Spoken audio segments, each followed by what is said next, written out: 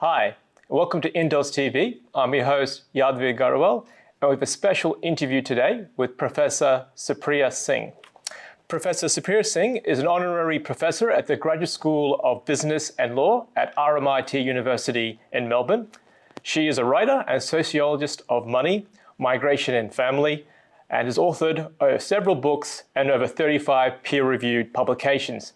And today we're on to have Supriya Singh on our show to talk about her new book, Domestic Economic Abuse, The Violence of Money, which is available on the Amazon bookstore, as well as all good retailers. Welcome to the show, Professor Singh. Thank you. Thanks so much for joining us. I think I just wanted to start things off by actually looking a bit at your background.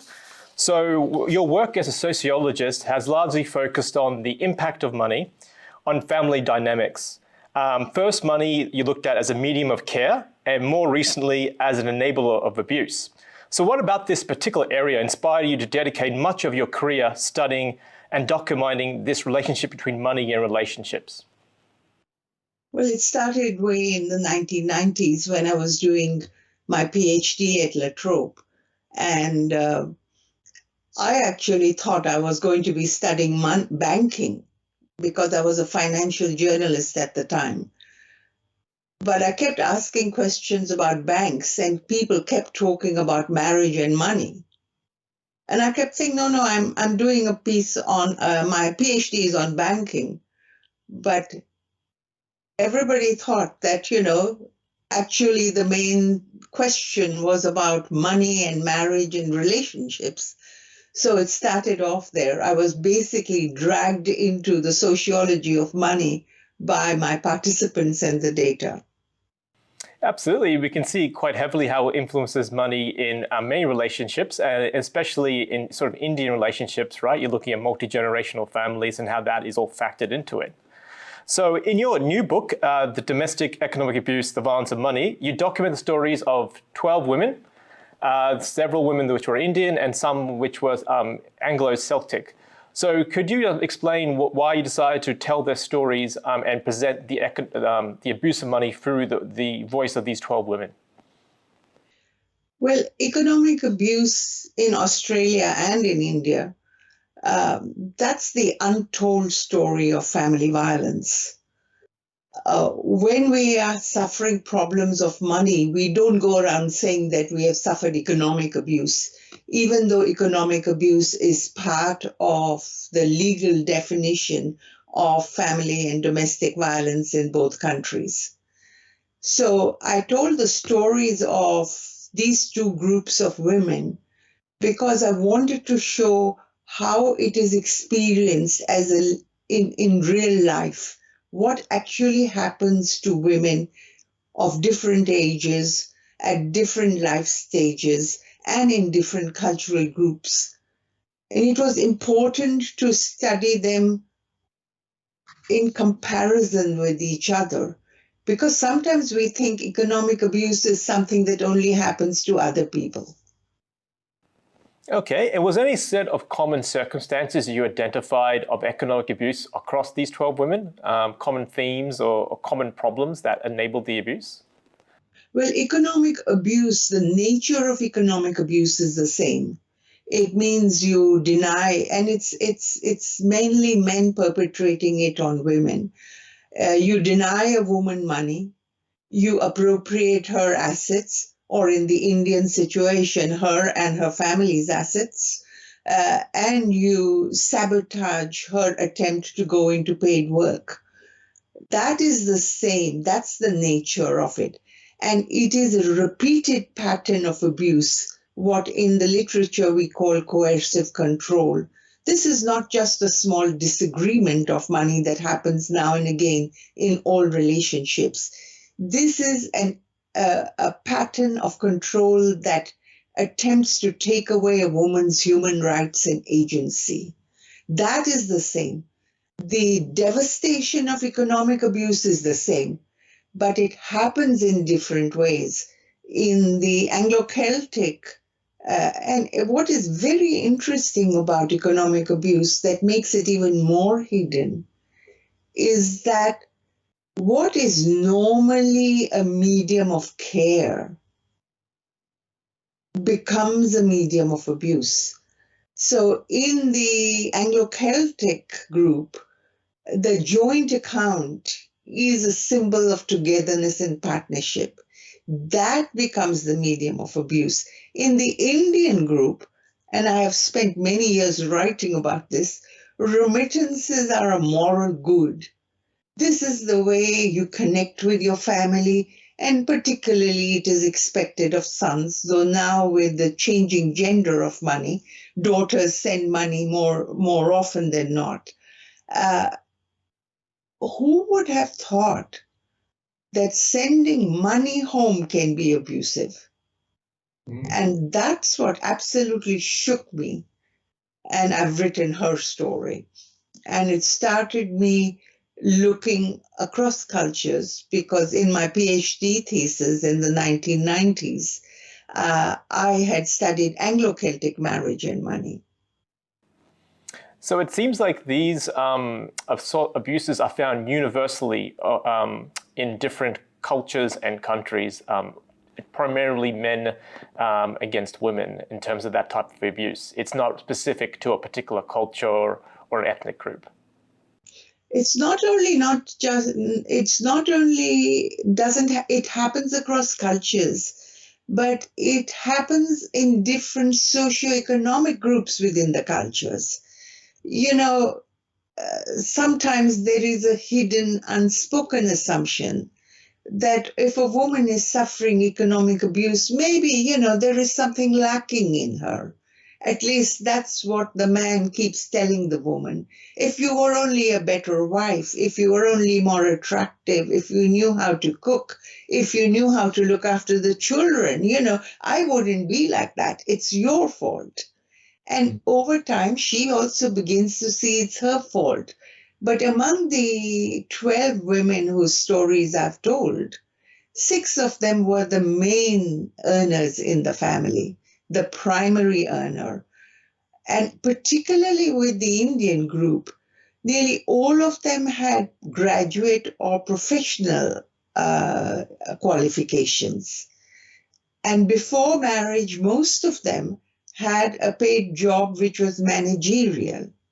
So these women did not suffer financial literacy. They did not need to be taught how to bank, how to make a budget, how to spend, how to save, how to invest. This was nothing to do with the financial literacy of the women involved. And it happened to women who were very educated and had professional jobs. It happened to women who were at home. Yeah, and that's what really struck me about that. It didn't matter whether there was one breadwinner or the other, whether it was the husband or the wife. The abuse still occurred, as you mentioned, even if the wife was highly educated as well. One theme I didn't quite see in the 12 examples, I hope you can elaborate. If you have dual income and both sides of the income is comfortable, is that a buffer against economic abuse? It seemed like in the examples, even with the women having the primary earner, there was still a lack of capital in total for the company, for the family, where their partners still needed money or controlled money in a certain way. Do you find that wealth as a whole is a buffer against economic abuse, or it doesn't particularly really factor into it? Well, we really have to go to the gender of money. It is universal across cultures that women spend more of their money, a larger percentage of their money on the household and the children. And we do have one case, that of Bala, where she had moved from India to Africa with her husband and then had moved to Australia with her second husband. It was in her first marriage that the abuse happened. Her husband was a very well-paid executive and whose job had taken them there.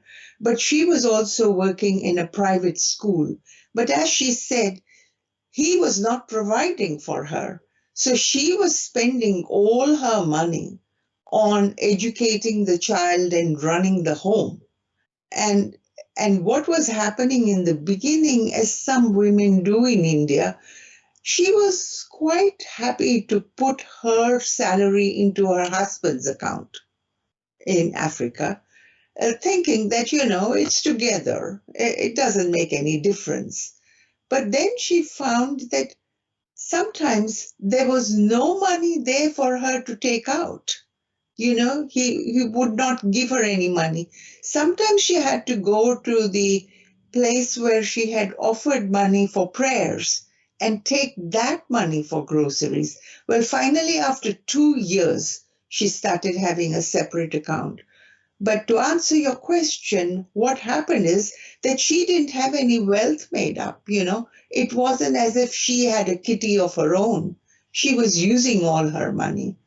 So the abuse is that he has enough money and she has enough money, but he is not sharing his money at all. Right, I see. And it's so a lack of providing, A lack of providing, absolutely. And nothing that struck me across the 12 women, they didn't appear to, at the time, recognize they were suffering through family abuse, through economic abuse.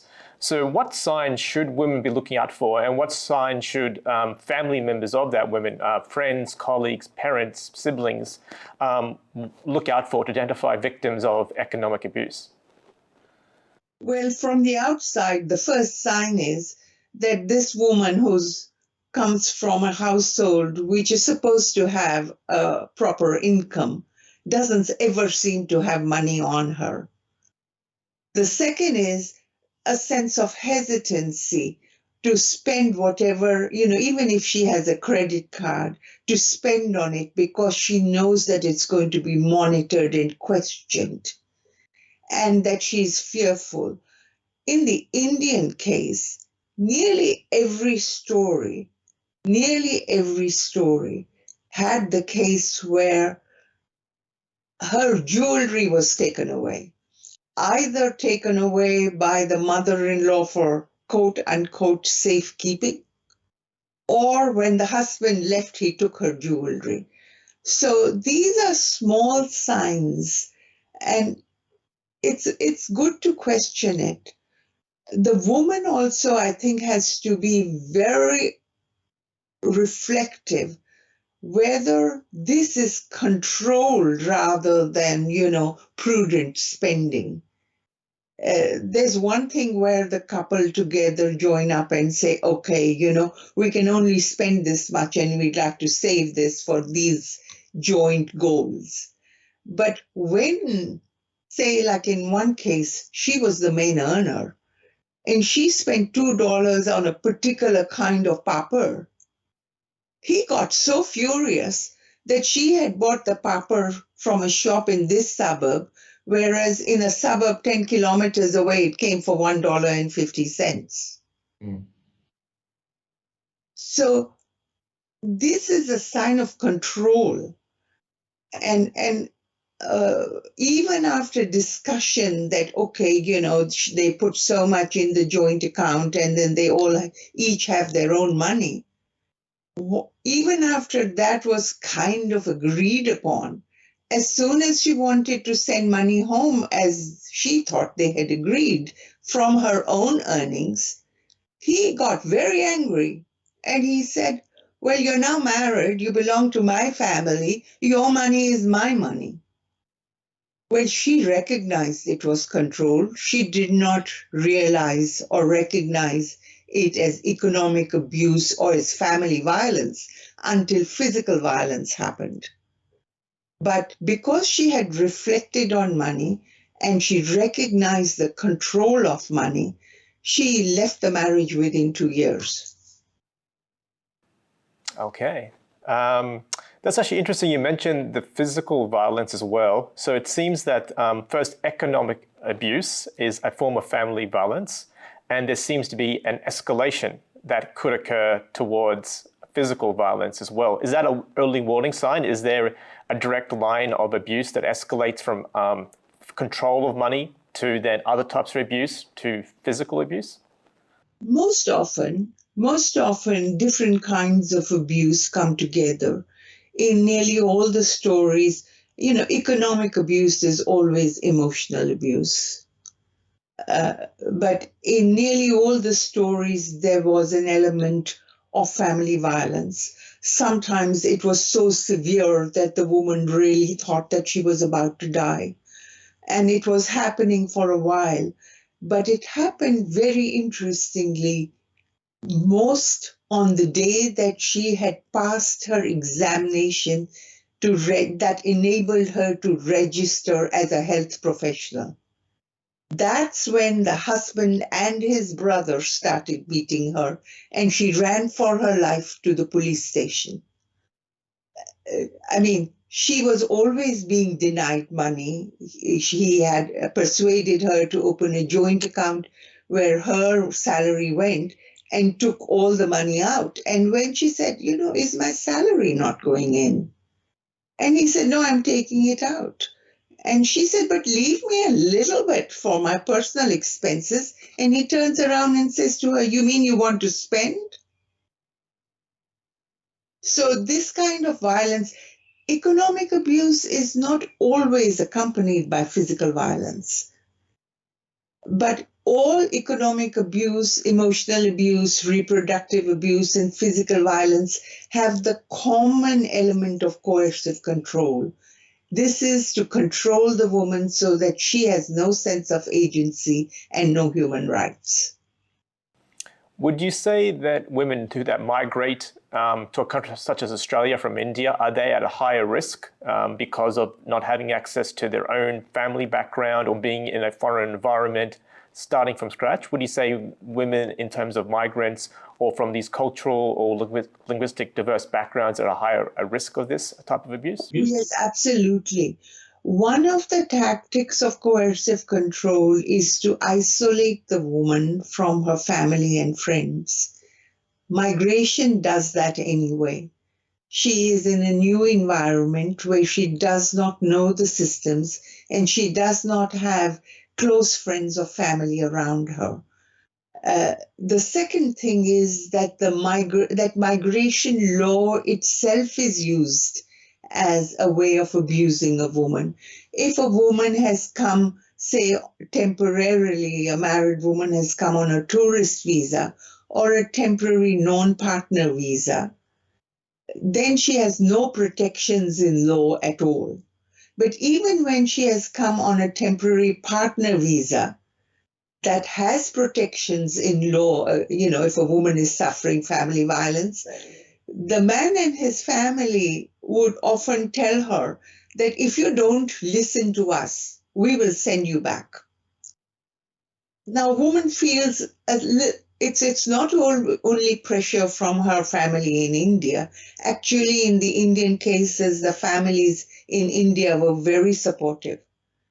The woman herself feels that maybe, in time it will get better. That maybe, she perseveres a bit. And if she stays on long enough to have children, that's another minus. Because if she goes back to India, her children may not be able to accompany her. So it's the use of migration law, because a woman who has come on a temporary partner visa, if she suffers family violence, she has an avenue to get permanent residence without the sponsorship of her husband or ex-husband. But she doesn't know that. And the other thing that happens is that, one of the usual things is you go to the Gurdwara or the mandir together. And I always ask, didn't you tell anybody there? And one of the women that I asked, she said, well, if I had told anybody that this was happening to me at home, they would say, you're mad. He's such a nice man. And it was her family that was networked. But this is common in Australia. Faith leaders are not the people to go to, whether you're Hindu, Sikh, Muslim, or Christian. It's been noted in the review of family violence that they themselves need a lot of training to understand this is a social issue, not a personal issue. So with that type of support, first I would ask, is there a gap in the law in recognizing coercive control as a form of abuse? Is that one way that we could address this type of abuse from occurring? Yes, and there is discussion happening in Australia. Coercive control, in 2015, in the last 2 or 3 years, coercive control has been recognized in England, Wales, Ireland, and Scotland. And we've had reviews of intimate partner homicides, particularly in New South Wales, where it has been found that about 11% of the women who died had not, had suffered coercive control rather than physical violence. And in our law in Australia, only physical violence is directly criminalized. So that, when you suffer other kinds of abuse, you have to get an apprehended violence order in order then it is the not keeping to the order that is criminal. So what it does is that there is no signal in the law itself that will allow a woman to recognize that what is happening to her is criminal. And there's also a disjuncture between the family violence law and what happens in the family courts. Because among the women I studied, even the main earners who mainly finance the home, in the family law, often because of abuse after separation, they walked away with less than half the house. And of course, in India, the law is very different in terms of family law, in that it is based on separate property rather than communal property. So then what options do women have? Who should they turn to if not spiritual leaders in the community? What sort of support groups or networks? And if the law is not quite there in protecting them either, what help could they go for? Who can they turn to? Well, basically, there are family violence support organizations. There are general organizations that help with migrants. There are, you can there are call lines for support, and there's the police.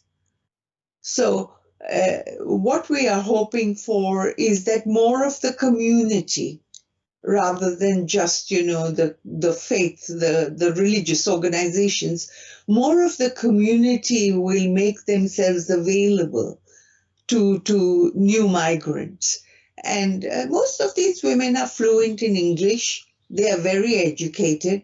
And, the woman who fled to the police, she had called the call lines before, and they had told her what to do, but she was a bit hesitant to sort of go. She still hoped to have a relationship with her husband, but it was when she feared for her life that she fled. Another woman, she was suffering economic abuse. There had been dowry abuse, there had been emotional abuse, and then he started beating her. And one day she really thought that she's going to die that day. She called her mother, who called her cousin in Melbourne, who told her, call the police. She said, but, and he said, you're still hoping for a relationship? Well, she called the police. The police came, and when the man left, the police had told the man to leave. When he left, he took all her jewelry and left. And, because she then was given support. First, she went to her uncle's house for a little while, but she was given support through family violence organizations. She got a permanent residence visa, and she already had a managerial role in India. But while she was married for less than a year, perhaps, every time she went for an interview, every time she applied, she did not get called for an interview. She had lost all confidence and sense of self. When she left her marriage, she applied for 5 jobs. She got interviews for all 5. And she is now very independent. She's got permanent residence, and she was fully supported by her parents. So this business about the parents not wanting the girl to come back. This sometimes happens in all cultures. In Anglo-Celtic culture, I've heard time and time again, when the woman called her mother, the mother would say, "You've made your bed, you lie in it." But here, most often, whenever the woman hesitated to tell her parents, thinking the parents would get upset.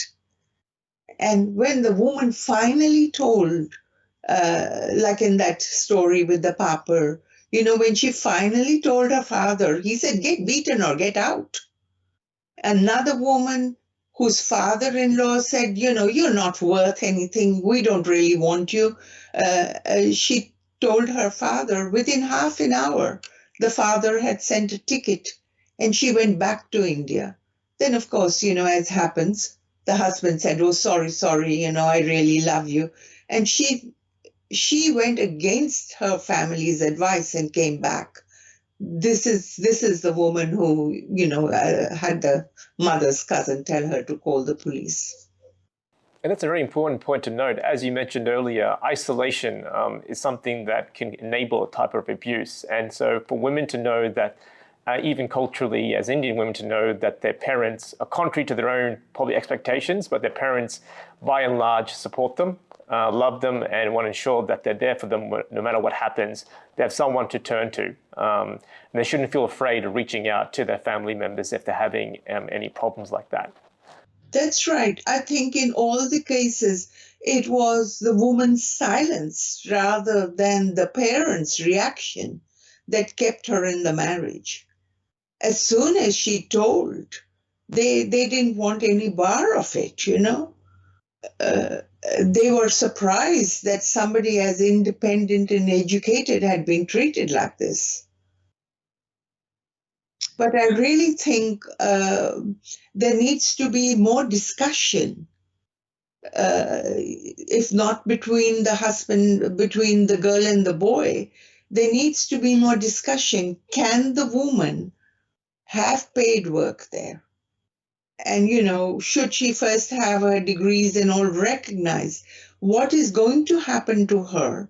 How will they divvy up money? These things have to be discussed because migration is a very important life course change, as is marriage. And then, when you have children, you need to be able to discuss how do we manage this common pot of money? How much of it goes for joint expenditure? How much is yours and how much is mine to spend without question? That is, if you have enough money. But we are talking of very middle-class households over here. There has to be this jointness and this discussion. And if you find that you can't discuss money with your partner, it's a red flag. If you want to spend the rest of your life with somebody, you need to be able to share the intimacy of your story of money and listen with unconditional mutual regard to the other story of money, so that you don't assume that everybody has those same templates in mind. Most of these women were taken aback because they had not seen it happen with their parents. They thought this is the way it's going to be. And some women had wanted to be more responsible and more involved with money than their mothers had. But maybe, like, in this case where the man said, you belong to my family, the woman Asha she thought she had discussed it before marriage. Now, I don't know whether she had asked him, how did he grow up with money? Obviously, there hadn't been a change in the gender of money for him. He was quite happy to do it, perhaps the way his father did it, whereas she wanted it differently. So, but she had said, listen, if you don't like this, that I'm spending money home, we won't get married. And so that's what enabled her to leave fast. And it is very important, this business of never mind, it will get better, it will get better. Where there is coercive control, it doesn't get better. What happens is the woman starts thinking it's her fault. If only she had cooked a proper meal, if only, she had been able to have to work full time and have the chapatis ready before he came, this would not happen. She starts seeing it, as he hopes, starts seeing it as her fault.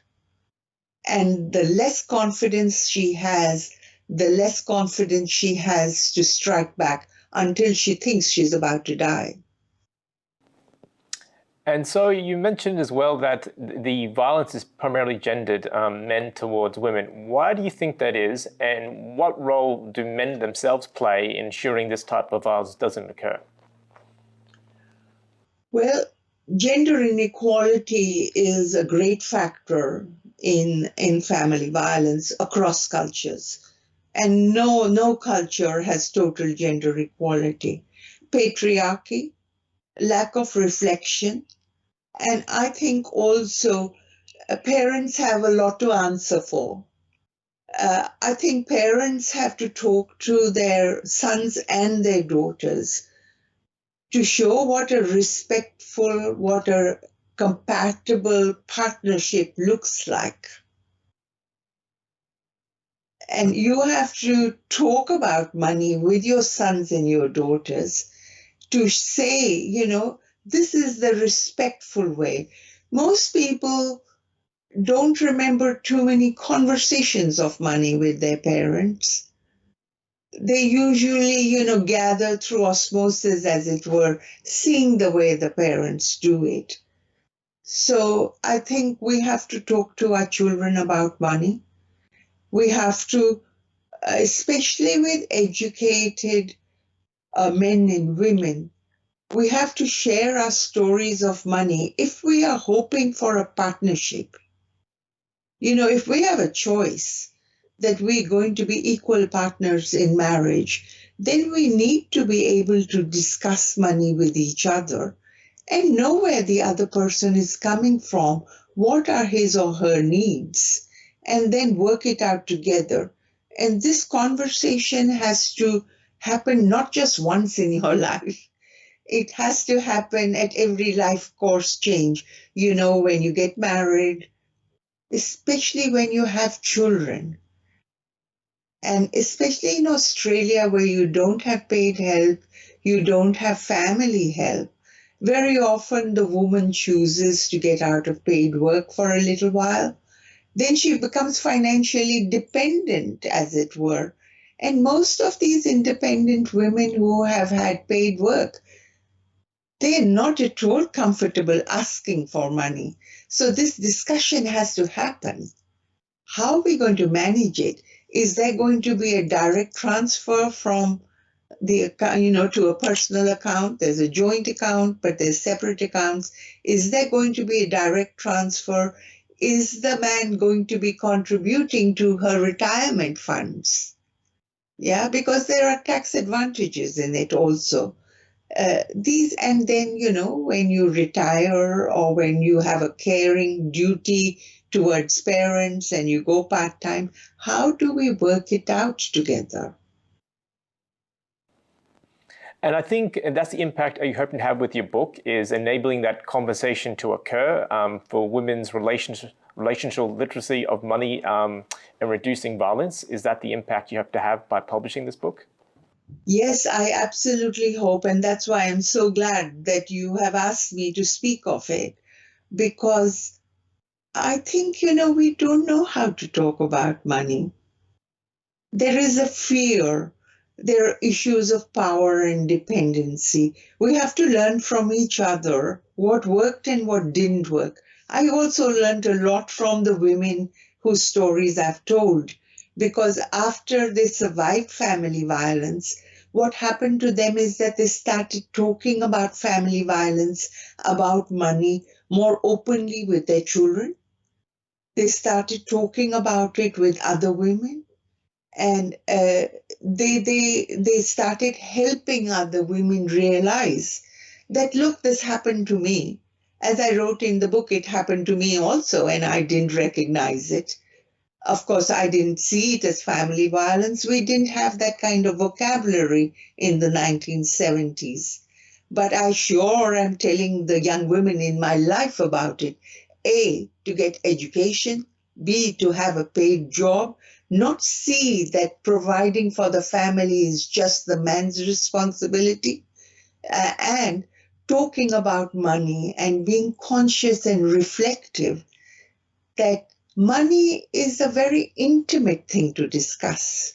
So it becomes a medium of intimacy. You know, when you're discussing money, you're not discussing how much, you're not discussing quantum. You're really discussing how you want to live your life. And it opens up doors, you know.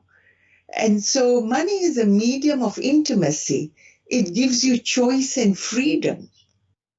And that's what you want of your life and for that of your partner and for that of your children.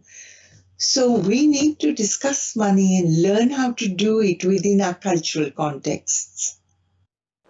Okay, well, thank you so much. That's been very insightful. The book is Domestic Economic Abuse, The Violence of Money, which is available in the Amazon bookstore, both as a physical version, as a Kindle version, and across many other great bookstores. I'd like to thank Professor Supriya Singh for coming in today to talk to us about this important work. I really hope that everyone watching at home, whether you be watching in India or in a diaspora country, really take some lessons from this type of work and check out the book to find more information. Thanks so much for dialing in, and thank you, Professor Singh, for coming in today. Thank you so much. Thanks.